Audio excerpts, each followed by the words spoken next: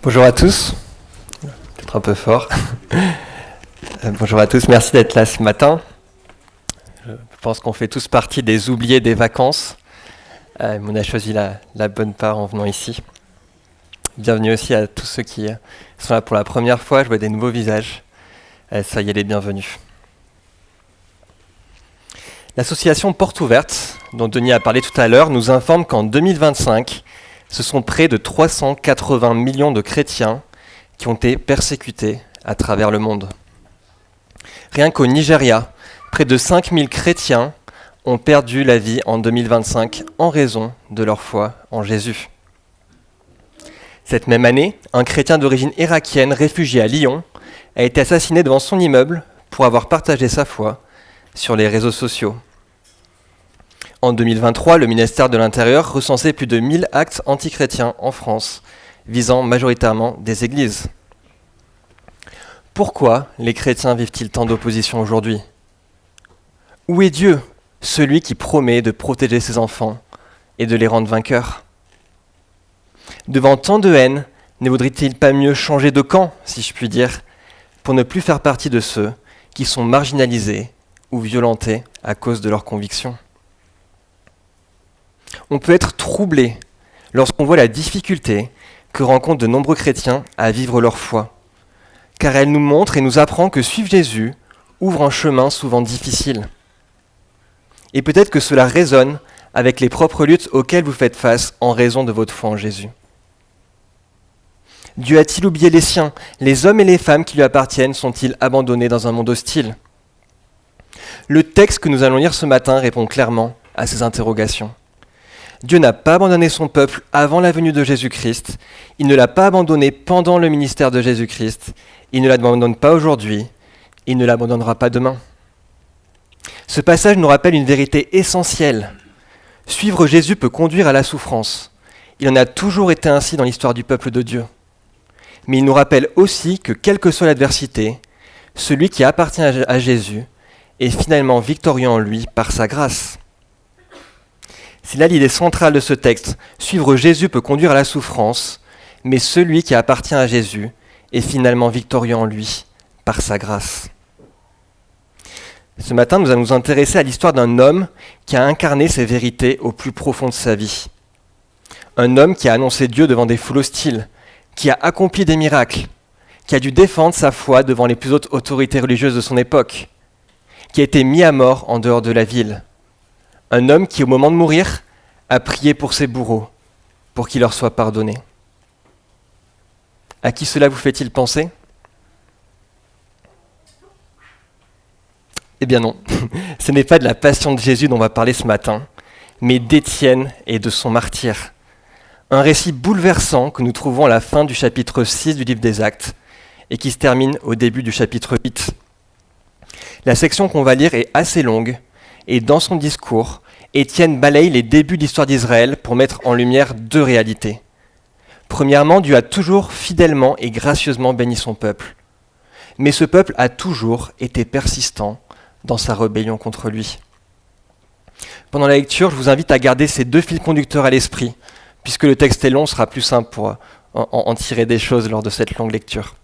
Donc prenez votre Bible si vous l'avez, et on va prendre dans le livre des Actes, chapitre 6, verset 8, et on lira jusqu'au chapitre 8, verset 3.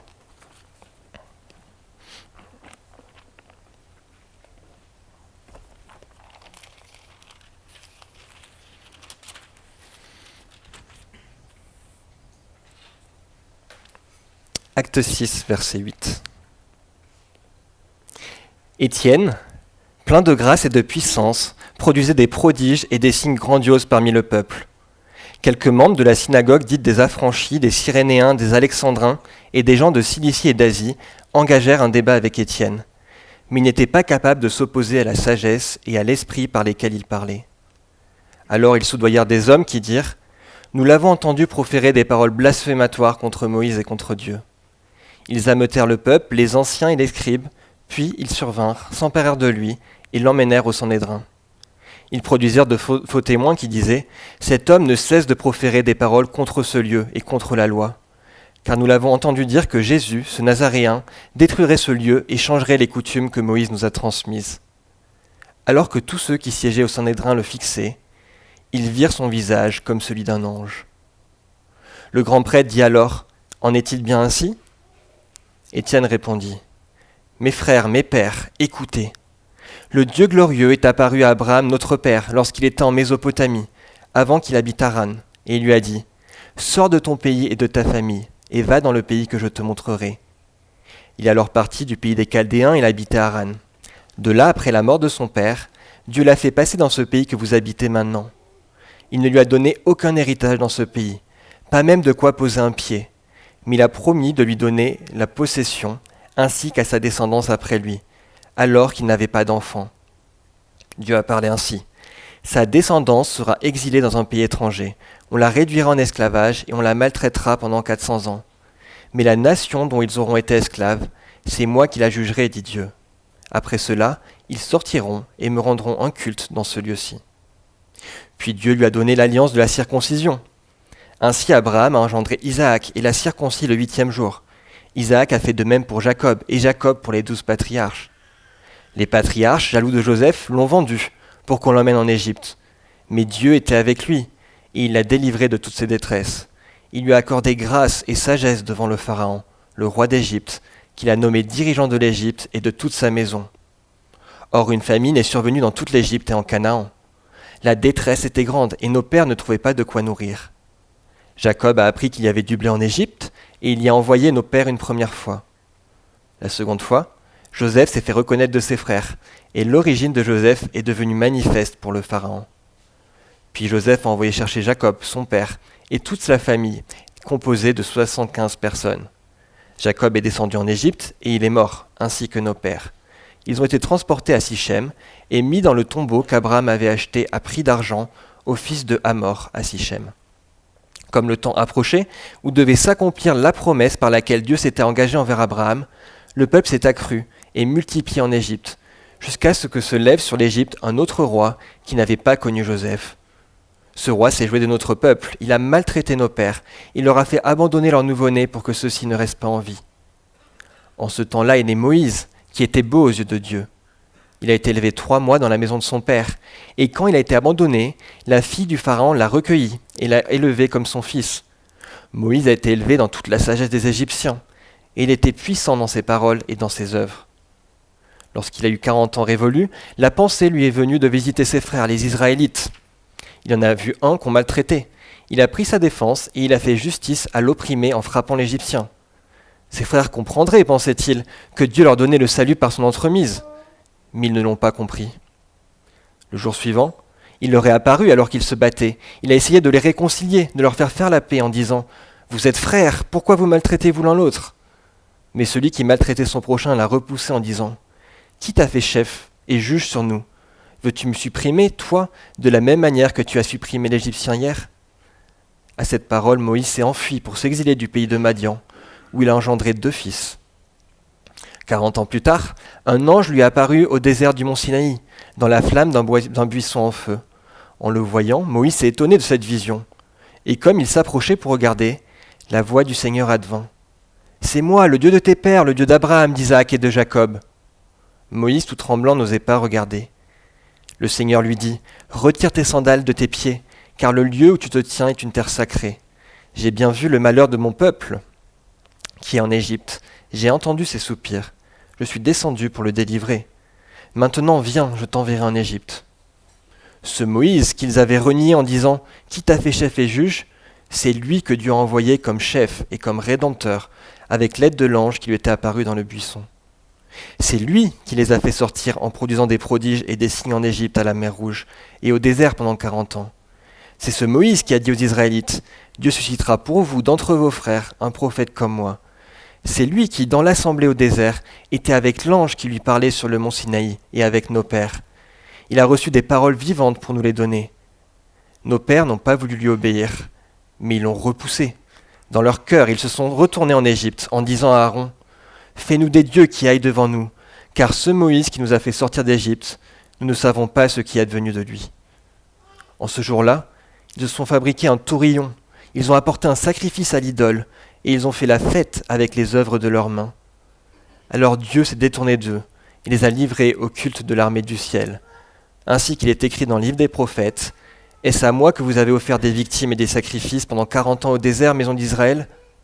Vous avez porté la tente de Moloch et l'étoile de votre dieu Raïf, ces figures que vous avez faites pour vous prosterner devant elles. Aussi, je vous exilerai au-delà de Babylone. Nos pères avaient au désert la tente du témoignage, ainsi que celui qui parlait à Moïse avait ordonné de la faire, d'après le modèle qu'il avait vu.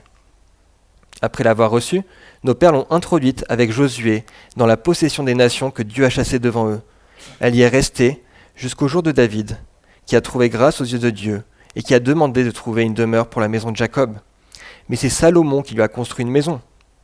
Cependant, le Très-Haut n'habite pas dans ce qui est fabriqué par des mains humaines, comme le dit le prophète. Le ciel est mon trône et la terre mon marchepied. Quelle maison me construirez-vous, dit le Seigneur ? Quel sera le lieu de mon repos ?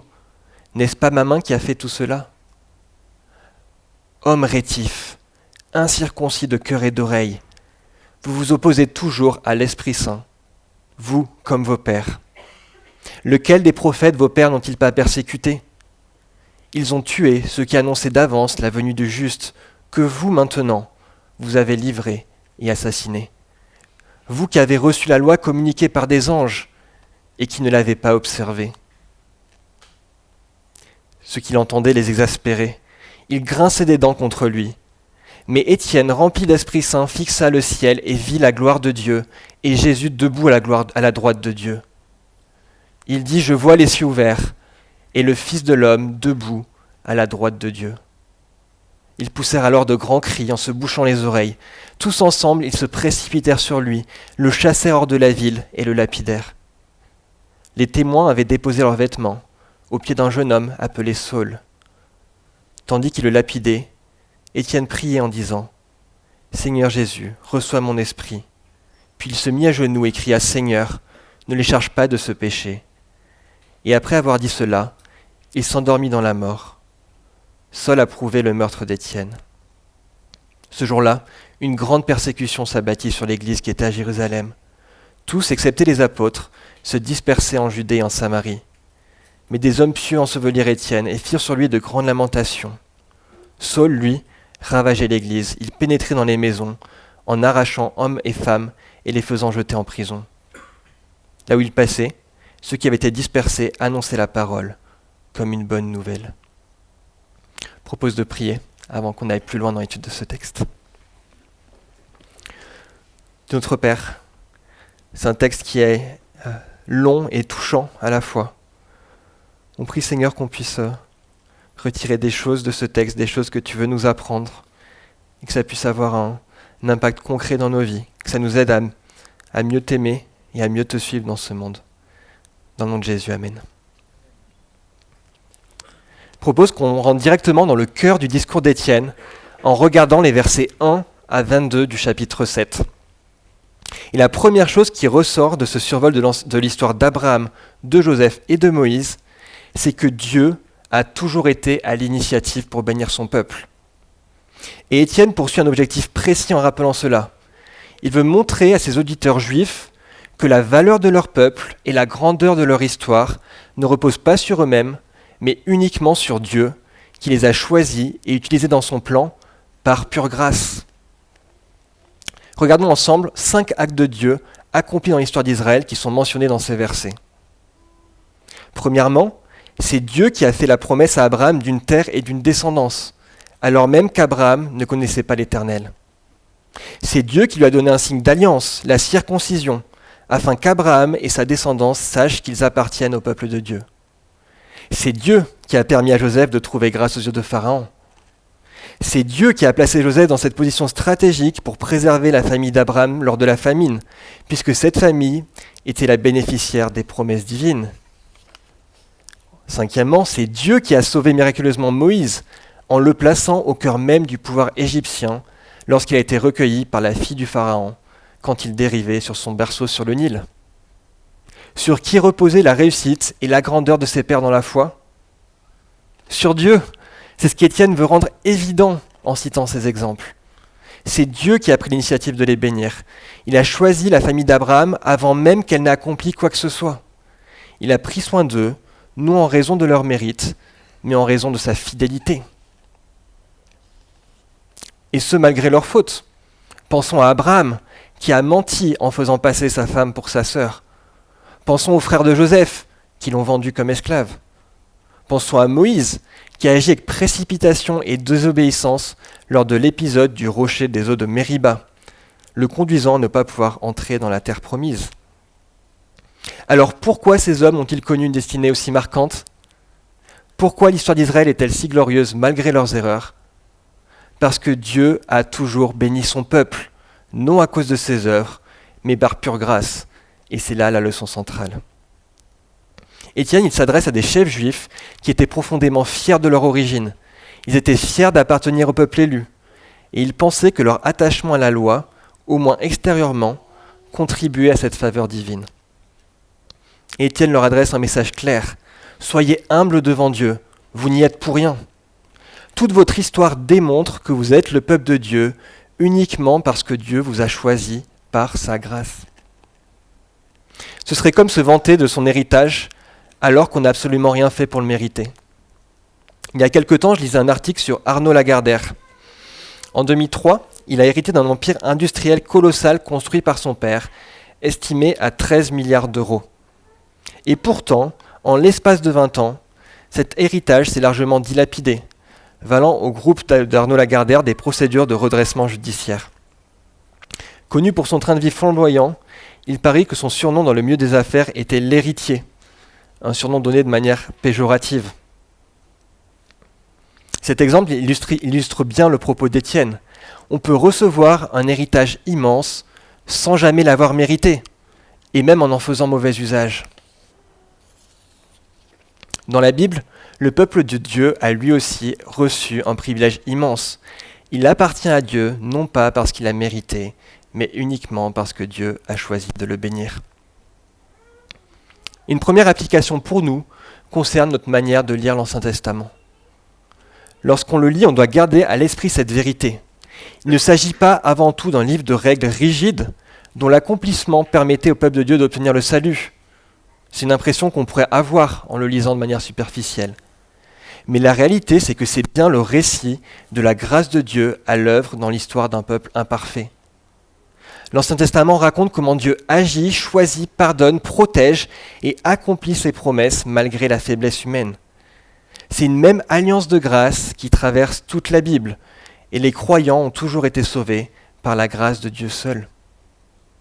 Si les œuvres des hommes comptaient dans la balance, personne dans le peuple de Dieu n'aurait jamais pu acquérir le salut.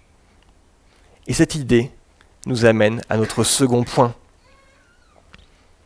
Second point, Israël persistant à résister à Dieu par orgueil. Regardons maintenant les versets 23 à 60. Étienne y poursuit son survol de l'histoire d'Israël, mais cette fois-ci, il va s'arrêter longuement sur la figure de Moïse. Et il le fait avec un objectif très clair, montrer que le peuple d'Israël s'est toujours opposé au projet de Dieu. Ça a été le cas avec les prophètes, ça a été le cas avec Jésus, ce sera encore le cas avec Étienne, et ce sera aussi le cas avec l'Église, comme l'ensemble du livre des Actes va le montrer.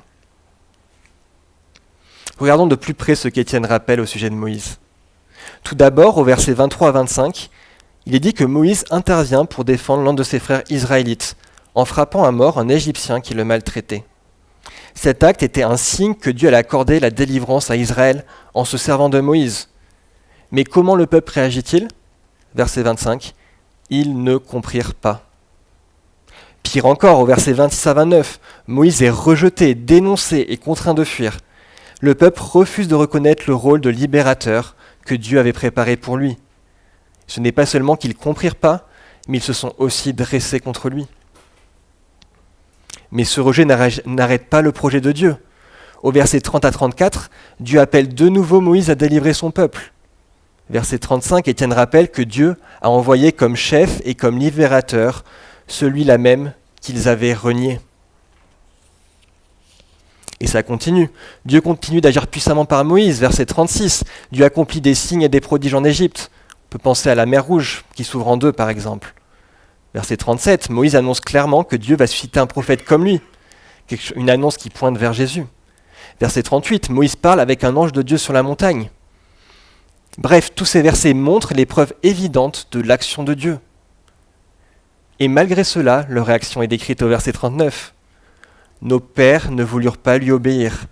Ils le repoussèrent et tournèrent leur cœur vers l'Égypte. Ils ne se contentent pas de regretter leur ancienne vie, mais ils commettent un affront terrible envers Dieu en fabriquant une idole, un veau d'or, ce qu'on voit dans le verset 40. Et c'est pourquoi Dieu permet leur déportation à Babylone, en raison de leur idolâtrie, verset 43. Et dernière chose qu'Étienne rappelle dans les versets 44 à 50, c'est que Dieu a bien manifesté sa présence au milieu de son peuple à travers le tabernacle, puis le temple. Mais il insiste sur une vérité essentielle.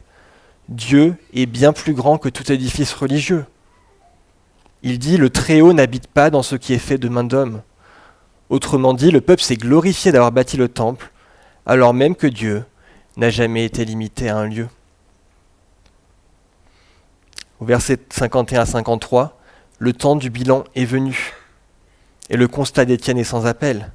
Premièrement, les chefs juifs à qui Étienne s'adresse ont agi exactement comme leurs ancêtres de l'Ancien Testament. Ils ont résisté à l'Esprit de Dieu et se sont opposés à ses projets. Deuxièmement, il dit qu'ils n'ont pas suivi l'exemple des prophètes de l'Ancien Testament, parce que ces prophètes d'antan annonçaient Jésus. Verset 52, il dit « Ils ont tué ceux qui annonçaient la venue du juste ». Et le juste en question, c'est Jésus. Troisièmement, ils n'ont pas mesuré l'ampleur de leurs privilèges. Ils avaient reçu la loi, transmettant la volonté de Dieu pour son peuple, et pourtant, ils ne l'ont pas gardée.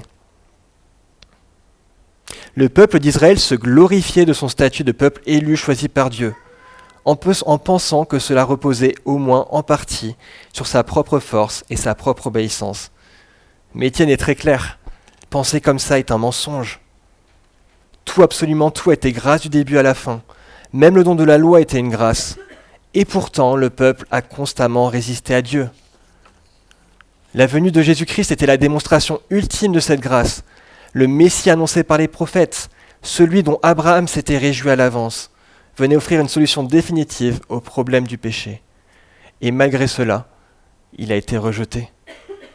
Le paroxysme de la grâce s'accompagnant du paroxysme du rejet. Étienne, il prêche avec une clarté et une précision remarquables. Il donne des exemples très précis. Et confronté à cette présentation, Israël aurait pu reconnaître son erreur, se repentir et venir à Dieu pour goûter à la grâce de l'Évangile. Mais se repentir coûte cher. Se repentir demande de reconnaître sa propre déchéance, sa misère, son incapacité à agir correctement. Et ce prix-là, il n'était pas prêt à le payer. Le résultat est immédiat. Les auditeurs d'Étienne sont remplis de colère, ils grincent des dents, verset 54, ils crient et ils vont le lapider, verset 58. Étienne s'endort, nous dit le verset 60, une manière douce de dire qu'il meurt. Il y a dans ce récit une forme d'évidence accablante. Le problème, il est visible et il est parfaitement expliqué. Mais l'attachement au péché est trop fort. C'est un peu comme pour les fumeurs. On montre des images choquantes sur les paquets de cigarettes, des poumons noirs et encrassés. Honnêtement, c'est assez sordide, et le danger, il semble évident quand on voit un paquet de cigarettes. Et pourtant, l'addiction est plus puissante que la raison. Un fumeur ne fume pas parce qu'il est convaincu du bien fondé de la nicotine, ou qu'il croit que les médecins font erreur en le mettant en garde. Mais il fume parce qu'il en est addict, tout simplement.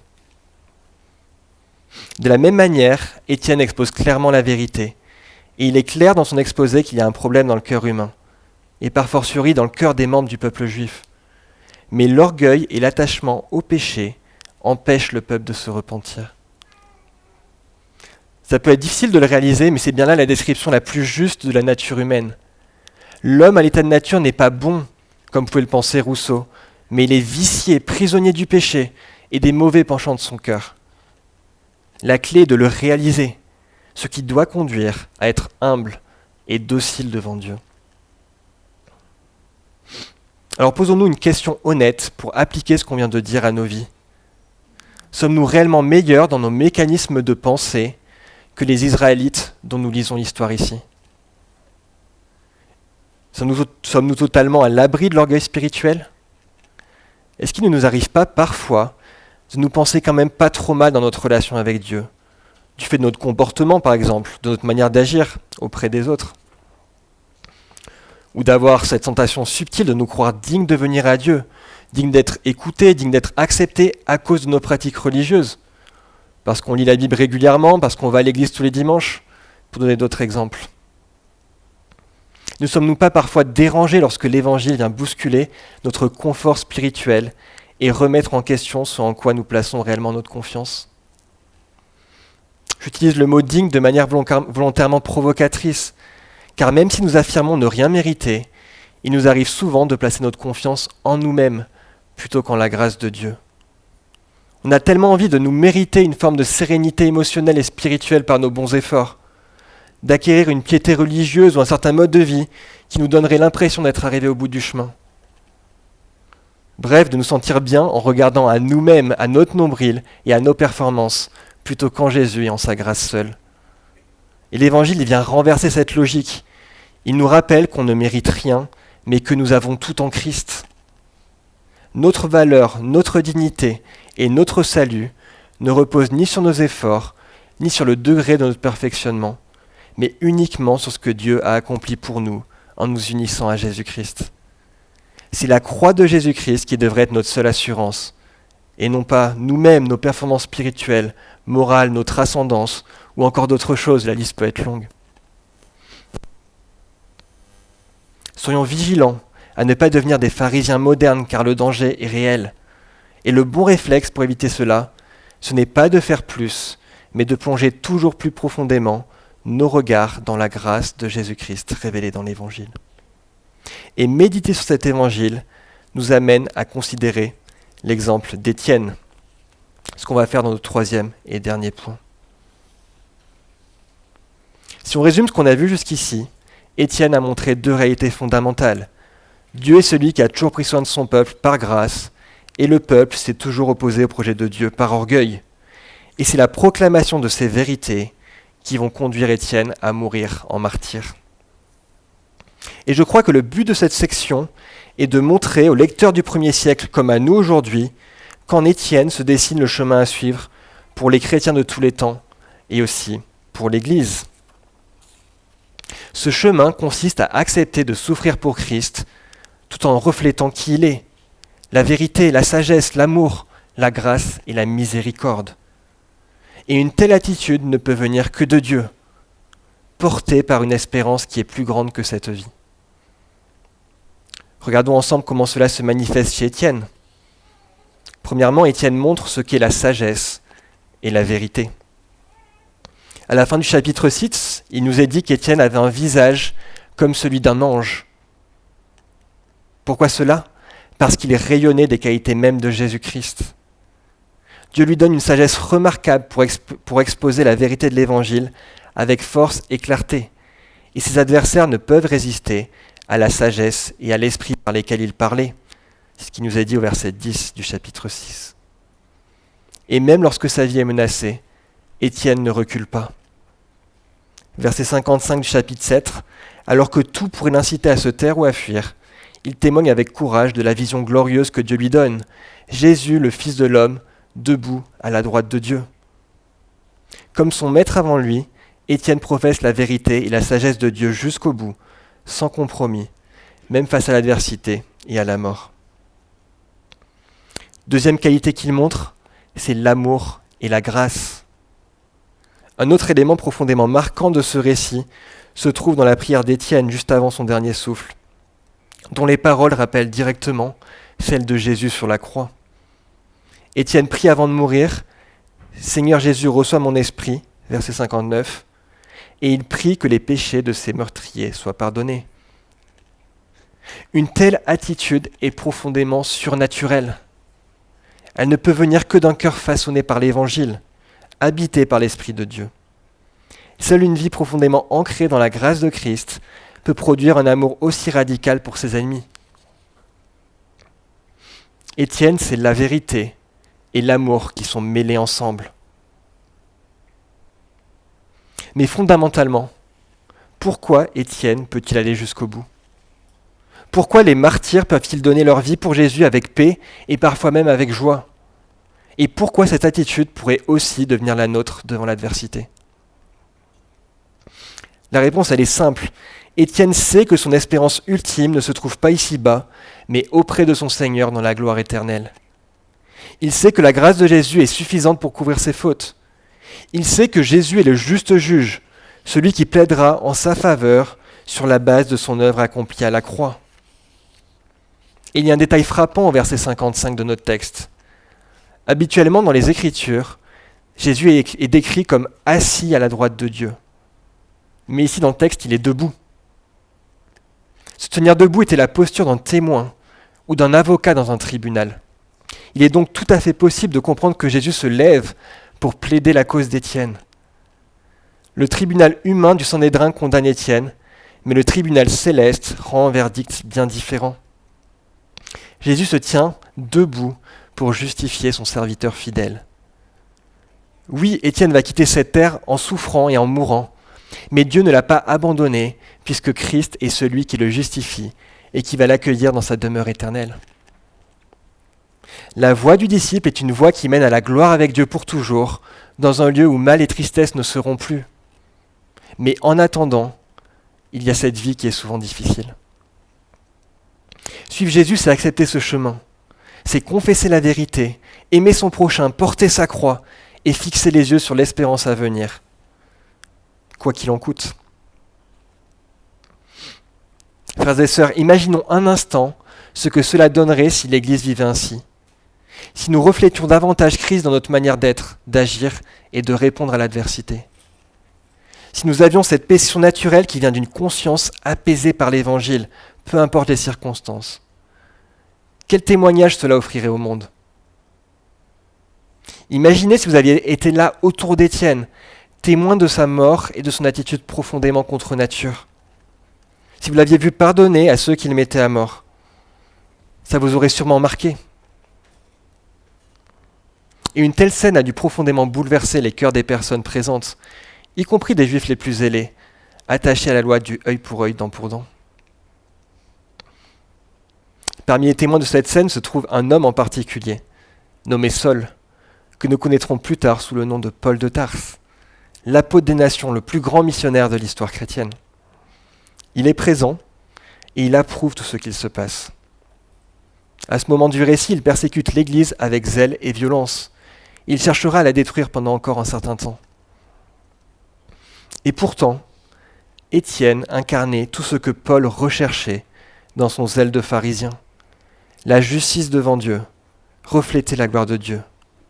Saul n'avait pas connu Jésus de son vivant, mais en Étienne, il voyait tous ceux qui s'en approchaient le plus. Écoutez ce qu'en dit le pasteur Sinclair Ferguson. Je cite. « Sur le moment, Saul n'avait ni le recul, ni la lucidité pour comprendre ce qui se passait en lui. Mais tout porte à croire qu'il venait pour la première fois de sa vie de rencontrer un homme qui possédait tout ce qu'il avait toujours cherché, sans jamais l'atteindre. La sagesse, le Saint-Esprit, la justice, une compréhension profonde de la vérité de Dieu et la capacité de l'expliquer. Une preuve indiscutable de la main de Dieu sur sa vie. Et cette qualité si précieuse, la grâce. Saul de Tarse se retrouva alors devant deux options. Soit demander à Étienne comment recevoir ce qu'il n'avait pas, s'humilier et chercher Christ, soit dans sa colère, chercher à détruire la cause même de sa convoitise. Et Saul choisit la seconde voie. Ce n'était pas seulement la mort triomphante d'Étienne qui toucha Saul, mais surtout la ressemblance avec Christ qui se reflétait dans sa vie. Étienne fut très certainement pour Saul la vision la plus nette, et peut-être même la première, du Christ vivant. Étienne marchait d'une manière digne de l'Évangile, dans la grâce, la vérité et l'amour. Il s'inscrivait dans la lignée des véritables hommes de Dieu de l'histoire biblique. Il était un miroir vivant de Jésus-Christ, et il est mort dans l'assurance d'aller auprès du Père. Paul ne se convertira pas immédiatement, mais il est difficile de penser que cette scène n'ait pas profondément marqué son esprit, l'aidant à mieux comprendre par la suite ce qu'implique de vivre pour Christ. Et pour nous aussi, Étienne nous montre le juste chemin à suivre, un chemin fait d'embûches, mais qui mène à la joie éternelle dans la présence de Dieu. Alors on se demandait en introduction si Dieu a abandonné son peuple aujourd'hui, alors qu'il devient difficile d'être un disciple de Jésus en bien des lieux et des circonstances. Et ce texte nous montre clairement qu'une telle pensée serait une profonde erreur. Dieu n'a jamais cessé de prendre soin de son peuple. Il a toujours été à l'initiative de la grâce, au temps des prophètes, au temps d'Étienne et encore aujourd'hui. En revanche, l'histoire d'Israël, le peuple de Dieu de l'Ancien Testament, révèle une autre constante, la résistance du cœur humain. De génération en génération, les peuples se sont opposés à la voix de Dieu. Et les véritables disciples ont souvent été minoritaires et persécutés. Et cette réalité ne s'est pas arrêtée avec Étienne. Aujourd'hui encore, les ennemis de la foi sont différents. Les visages changent, mais ceux qui suivent réellement Jésus subissent de l'opposition, parfois ouverte, parfois plus subtile, mais toujours présente. L'Église et les croyants qui la composent ont été, sont et resteront la cible de l'hostilité et du mal jusqu'au retour de Christ. Les tribulations annoncées par Jésus demeurent. La vraie question n'est donc pas de savoir si l'adversité surviendra, mais comment nous allons y répondre. Allons-nous continuer de proclamer la vérité dans l'amour, à l'image d'Étienne et quel qu'en soit le prix ? Ou allons-nous peut-être préférer le confort au détriment de la vérité ? Ou allons-nous nous replier sur nous-mêmes, devenir amers, cyniques, répondre au mal pour le mal ? Ou bien plutôt bénir ceux qui nous maudissent et faire du bien à ceux qui nous haïssent ?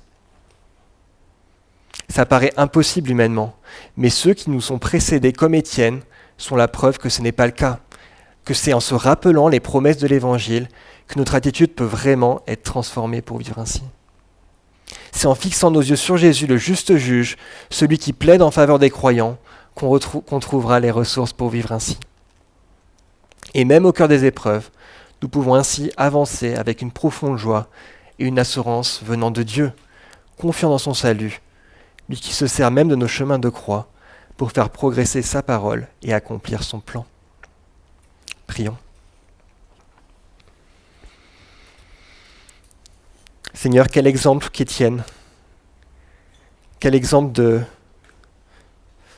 fidélité dans la vérité et en même temps d'amour qui est surnaturel. On voudrait, Seigneur, ressembler plus à ces exemples.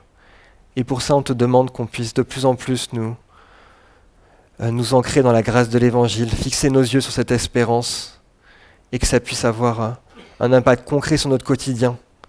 Qu'on puisse, lorsqu'on est tenté de baisser les bras, lorsqu'on est tenté de céder au mal, nous rappeler notre espérance éternelle et nous rappeler l'exemple du Christ, lui qui est venu et qui est mort pour sauver ses ennemis des pécheurs.